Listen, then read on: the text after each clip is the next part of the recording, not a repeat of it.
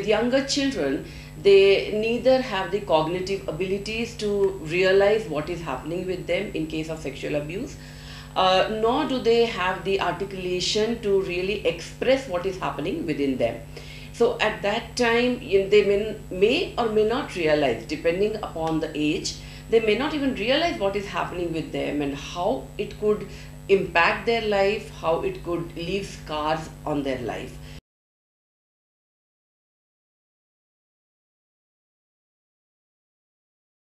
For a 5-year-old girl, and she said that there was this boy who used to call her home, and she drew the house, and she said this is where he wanted me to come, and she didn't want to go, but one day he forced her to come there.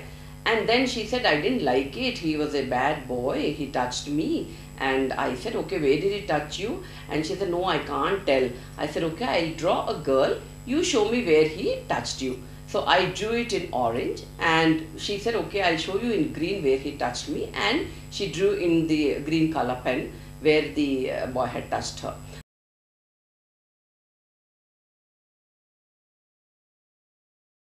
When we ask somebody to draw a thing, it is not our interpretation.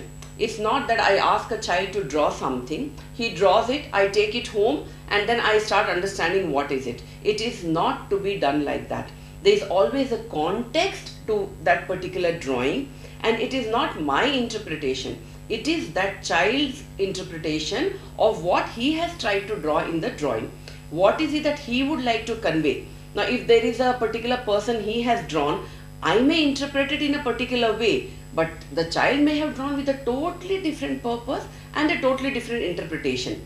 So that is one very important thing to be remembered, that there is a context to that drawing, and that has to be understood with the person who has drawn it. And also not to take one particular drawing or one particular thing what the person has drawn as the indication. These are all indications, but if it has happened repeatedly and the child is asked to draw, and in many a time when he has drawn similar things, express similar things through the drawing, then we need to really take some action into it.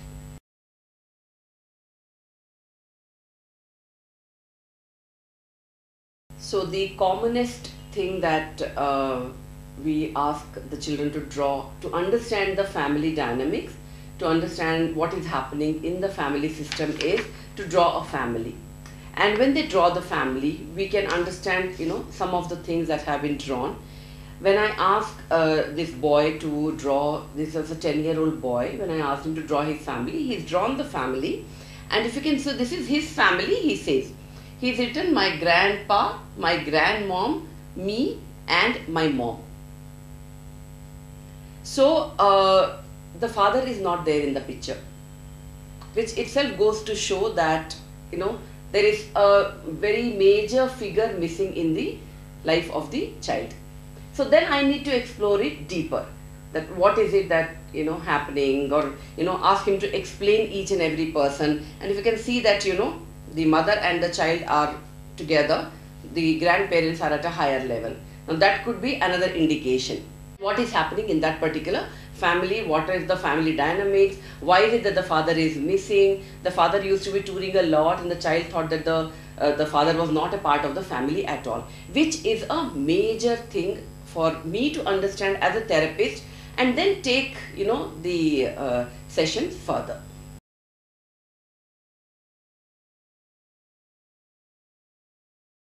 When anybody undergoes any kind of abuse, I would like to generalize here, there could be a lot of negative emotions that the child would have experienced at that time.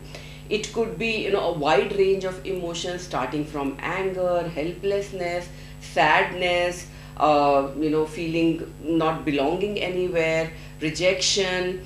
Now all those feelings are there with the person forever, unless it is dealt with. Okay, so even if the time has passed, people may even forget many instances of the childhood. They may not remember anything cognitively, consciously, but the feelings remain within us. So the time passes, people would have forgotten, but the feelings remain with us till people address it very consciously. They take a very conscious effort to deal with those negative feelings. Now, as long as people have negative feelings within themselves, it is bound to manifest itself in different forms in their life. It is bound to reflect in their relationships. And that's where a lot of adults, lot of people have marital difficulties, relationship problems, intimacy issues, because maybe somewhere deep down there could be a negative experience. It could be any kind of abuse. I mean, it could be sexual, it could be emotional, it could be physical, any kind of abuse, but the negative feelings are still very much there. People may have buried it, but they may be buried alive.